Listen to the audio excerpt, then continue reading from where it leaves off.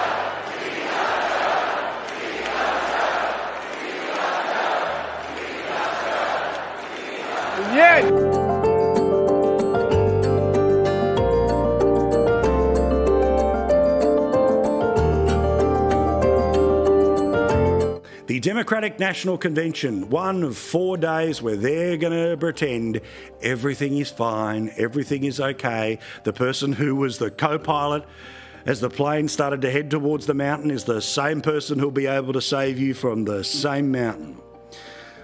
Well, this is all, of course, a vibey and very vague campaign, and even when lefty comedians are in the same town as you to celebrate you, joke about how vague you are, you might have a problem. But of course Democrats are excited because this is a chance for them to lay out their specific vision each night. And let's hear what you got. New this morning, we are learning how each night of the convention will highlight her vision for the country. Tomorrow's opening night's theme, For the People. Tuesday will outline Democrats' bold vision for America's future. Wednesday, they're calling a fight for our freedoms. And Thursday, a message for our future. A bold policy move by the Democrats. Tuesday is for the future, and Thursday is also for the future. How do you have themes that are so vague and then still run of ideas by Thursday? Now, of course, we all have to celebrate Obama in a pantsuit. Well, Obama will begin that process in the next couple of days, along with Bill Clinton, who apparently is not cancelled for the Epstein thing. Anyway, Lolita Express, I'm sure it was a completely convenient way of getting from, well, A to B. Anyway, well, of course, they had the small problem of trying to push Joe, not just off the stage, but they have to have the party, but they have to make sure that he turns up when no one's really watching. So they shoved in about 1,000 people to speak, so he started giving a 1 hour long How Good Am I at 11:30 at night. So the plan was, of course, for no one really to see it, apart from the clips which are all turning up on breakfast television in the US today. But can I just call BS on this one thing that everyone says over and over and over again? Tonight is the first sliding doors moment for President Joe Biden, who had planned to speak Thursday night at his convention's close, but will instead open the week as the man who passed the torch to his dynamic and loyal number two. An important day to start, and that handing of the torch over to Kamala Harris. Here in Chicago, the phrase passing the torch is getting used a lot. Punctuated sources tell NBC News by a pass the torch moment, where President Biden and Harris are expected to share the stage. Pass the torch, pass the torch, pass the torch. A torch in this fashion was not passed. They held him down and they yanked it out of his almost cold, dead hand. Now, it is just a month since that took place, but remember the month before that, when the passing of the torch was not his plan at all. We're not going anywhere. I am not going anywhere. I wouldn't be running if I didn't absolutely believe that I am the best candidate to beat Donald Trump in 2024. I'm determined on running, but I think it's important that I allay fears by let them see me out there. Passing of the torch, his decision, brave decision. See, this was the play. Here's your choice, Joe. If you give up, we'll make you a hero. If you don't give up, we'll use the 25th Amendment and we will push you out the door. Either way, you're done. Now, of course, history will most likely remember this version of events because they're the ones who make the movies and write the books. For those of us who lived this time, we remember what it was like. A little bit like the people who actually lived through the Whitlam years. You see, kids basically only learn that the evil Liberal Party got together with some drunk Governor General and they pushed the greatest Prime Minister off the history books. What they forget to write in the history books is that he lost the next 2 elections, meaning they did the right thing.